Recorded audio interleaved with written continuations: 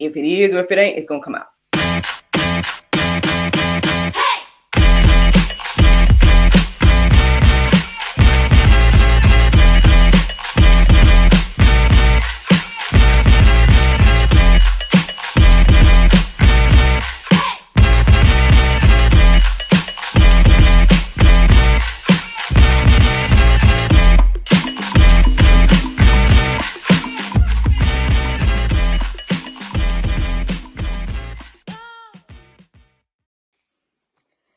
I pray we all be ready. I pray we all be ready. I pray we all be ready for his return. I pray that we give our hearts a search so we won't be playing church. I pray we all be ready for his return. Oh, I don't know if I'm playing it right now, but good morning. Good morning, everybody. It's your girl, Miracle Sims, and you're listening to God, Sex, and Love. Your daily dose of inspiration, the juice. It is June the 13th, 2023, and today the topic is stop playing church. Stop playing church. Listen. Good morning, y'all. I guess it just blows my mind, this different stuff that the Lord be giving me every morning. I'm like, on one hand, I'd be like wondering why me, but then on the other hand, I'm like, hey, why not me, and I just be trying to be obedient, you know what I'm saying? So here I am. I mean, yes, it's well after 6. I mean, actually, in a couple of seconds, it'll be 8 a.m. But here I am to give the juice, y'all. You know what I'm saying? A little 8 a.m. juice, So I hope you guys are encouraged and inspired by it. Now, let's get into it. I usually share about my day and stuff. I might just wait and do that in the after show. So again, if you care about my day and what happened to me yesterday and all that type of stuff, then tune in to my live versions of these. Y'all can, find them on Actress Miracle Sims anywhere or on YouTube, on the God, Sex, and Love YouTube channel or anything like that. You can see the live recordings of these. But yeah, let's get into the juice, y'all, because obviously this is important, right? I think good. So let's see. Yeah, so the inspiration, where did the inspiration come from this morning? Well, first of all, your girl woke up at 2 a.m. on the dot. By the time I looked at the phone, it was 2, and I was like, okay, interesting. I looked up verses as well as the Strong's Concordance. It got real interesting when I started looking at the Strong's Concordance, because what I came across, the Greek word meant locust, and the Hebrew word meant silliness, folly, and foolishness. And I said, ooh. Okay, I must have went back to sleep or something in between 2 and my regular time of getting up. But I didn't wake back up, I guess, until 5:58. And and I once again looked up verses as well as the Strongs. And I would say that the verses that I came across when I looked up Bible and 5:58 is what was standing out to me in regards to sharing right now for the juice. All right, so when I looked up the Strong's Concordance, I found that to be interesting too, because one of the words meant freedman or free or freed away or things like that, and then the other one meant strength of Jah, as well as like goods and commodity and things like that. When I was looking and going deeper into the Strong's Concordance in 5:58. However, again, the verses that I was coming across when I looked up 5:58 is what really, really was standing out to me. And so, yeah, let's get on into it, y'all. Hey, stop playing church. All right, so First Chronicles 28:9. I know y'all probably be like, you just said 5:58. I know. I know. But I think I can't remember what I looked up to get to this one, but it really stood out to me this morning. So First Chronicles 28:9, and it says this right here.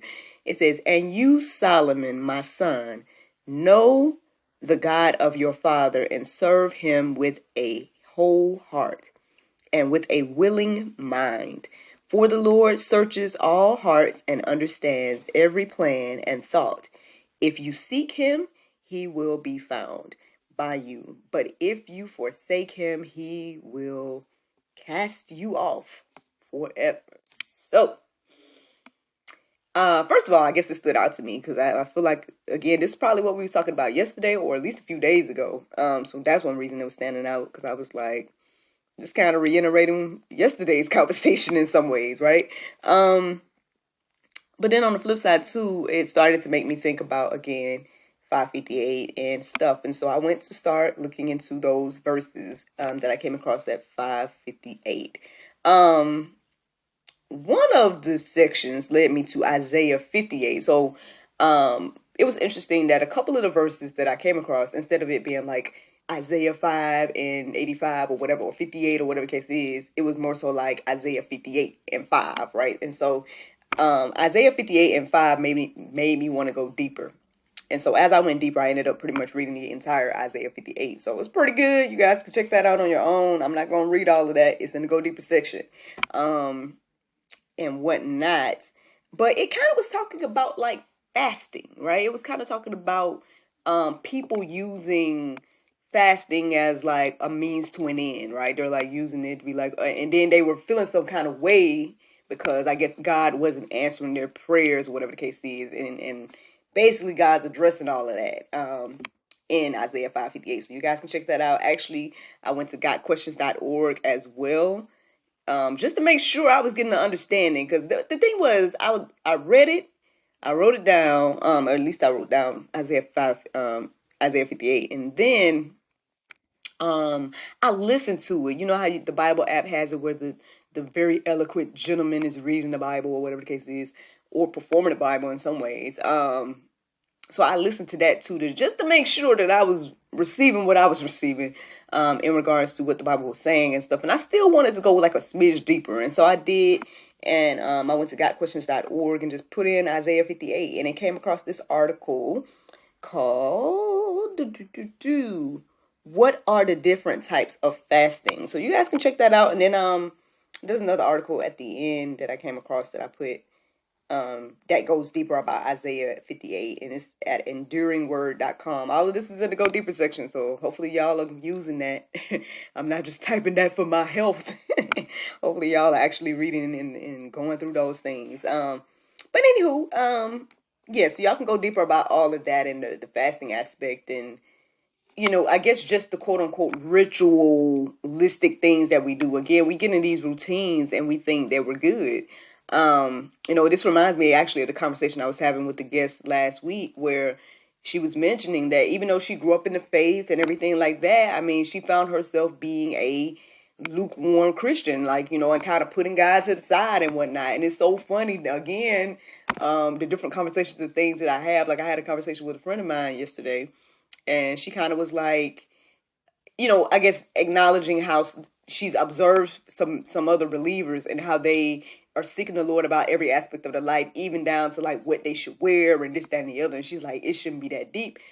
But I'm like, well, maybe we should make it that deep. Maybe that's the type of relationship God wants to have with us. Actually, this brings me back to the prayer meditation that I listened to this morning with the Soul Space app. And it was talking about, if I'm not mistaken now, or at some point, yeah, I think it was talking about how, God knows the tears. How he documents all of our tears and things like that. And at one point, I felt like I had to apologize to the Lord. I did. I was like, you know what, Lord, I apologize for looking at your devotion as if it's too much, because again, for anyone to know the numbers of hairs on your head and document your tears, like, you think that's like on a whole nother level of knowing somebody. And I don't think I know anybody to that capacity. I mean, I don't think I know my husband to that capacity. I don't know my son to that capacity. So when you think just with our human brains of something, right, knowing all of us to that capacity, that's on a whole nother level of love, devotion, and everything like that. And maybe it's an example, who knows if it's literal or maybe it's an example. I don't know. We can ask the Lord that, I guess, when we're in his presence. But I did feel a little bit of conviction in my heart and mind as I was listening to that and questioning that type of love, because I'm like, well, I mean, well, on the flip side, I don't fully understand it because, again, I don't think we love in that way.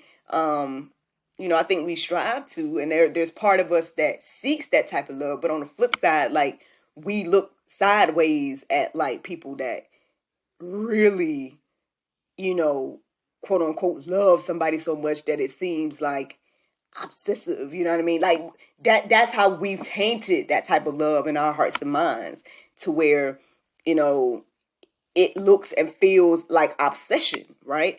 So hey, I repented of that. I'm like, well, Lord, this is your type of love, and in my apologies for looking at it like it's something crazy or whatever the case is.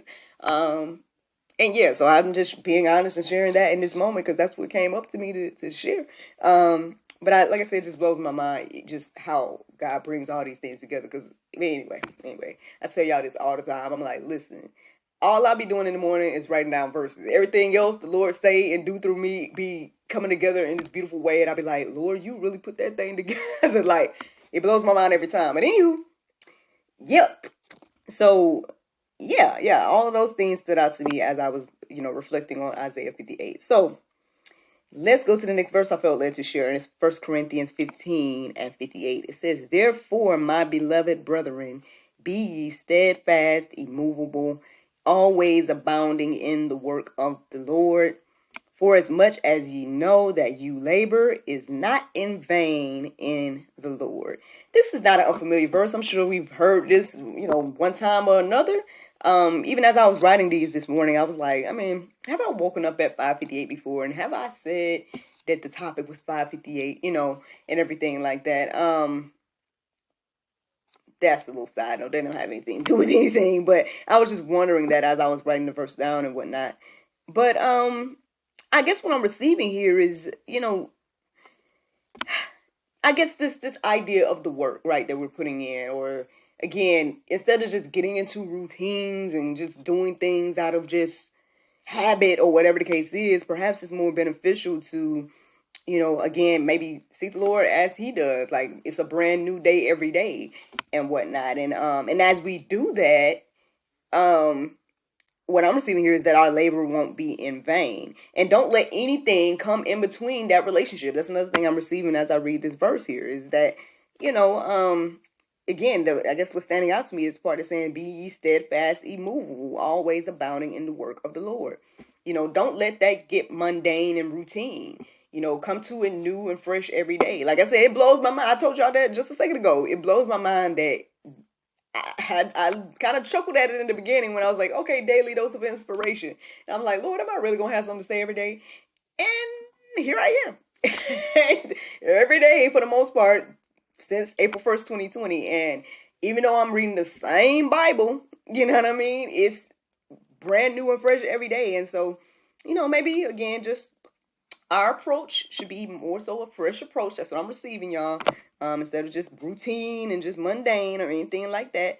Because God knows the difference. I feel like that's another thing that's been reiterated over the past week or so. And I'm like, I had to check my heart, and stuff like, well, Lord, are you telling me this? Because I become mundane or routine. Like, are you, is my heart in the right place as I do this? And things like that. And I hope that we're all asking ourselves that question. Like the little song I sung earlier. Like, I hope that we all are checking our hearts and things like that. Because at the end of the day, God knows. Like, we can't sit here and pretend and keep playing or whatever the case is. Like, you can fool one another. We can do that. I might be able to fool you. You might be able to fool me. But God knows. God knows your thoughts. God knows your heart. God knows what you're really about at the end of the day. And so, if you're going to be a believer and if you're going to be standing up for the Lord and doing work for the Lord, whatever the case is, then let's just make sure we doing it for the right reasons and all the different type of stuff. That's what I'm getting. Hopefully y'all are encouraged and inspired by this. But anywho, let me see. We got, so then Psalms 58, 1 through 5, it kind of stood out to me, but I put that in the go deeper section because honestly, if you're ready to go deeper and you ready for me and things like that, then I think it'll bless you, and I hope that you take the time to read it on your own. But I'm going to read the one verse that really stood out to me in the midst of those verses. And it was verse number 3. It says, the wicked are estranged from the womb. They go astray as soon as they be born, speaking lies. Oh Lord. It's like from the womb they do their work. Like, that's on a whole nother level. Like I hope that nobody listening to the sound of my voice is a part of the wicked today. But if you are, there's always a chance for you. There's grace and mercy for you as well. As long as you repent, and things of that nature, then you can come on over on the Lord's side and look, as they say, get right with God and all of that. But for those fellow believers that you already feel like you right and everything like that, let's just do a heart check. Let's all just make sure that we're not playing church, but actually being the church. And I guess that's the juice this morning. That's the juice. Now, the Bible verse of today is Isaiah 58. No. The Bible verse of today is Romans 5:8. And it says, "But God commendeth his love toward us, in that while we were yet sinners, Christ died for us." Friends, I hope you all enjoyed this juice this morning. Thank you so much for listening to God, Sex, and Love, your daily dose of inspiration, the juice. I pray you guys can go forth and have a wonderful day, and I look forward to talking to you all tomorrow, if the Lord's will. Bye-bye.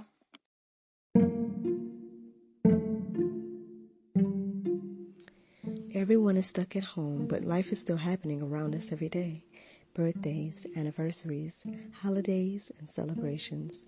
Send your friends and family the gift of wine from the comforts of home. Wine shop at home with Miracle of Wine. Wine, gift baskets, wine accessories, and more at miracleofwine.com.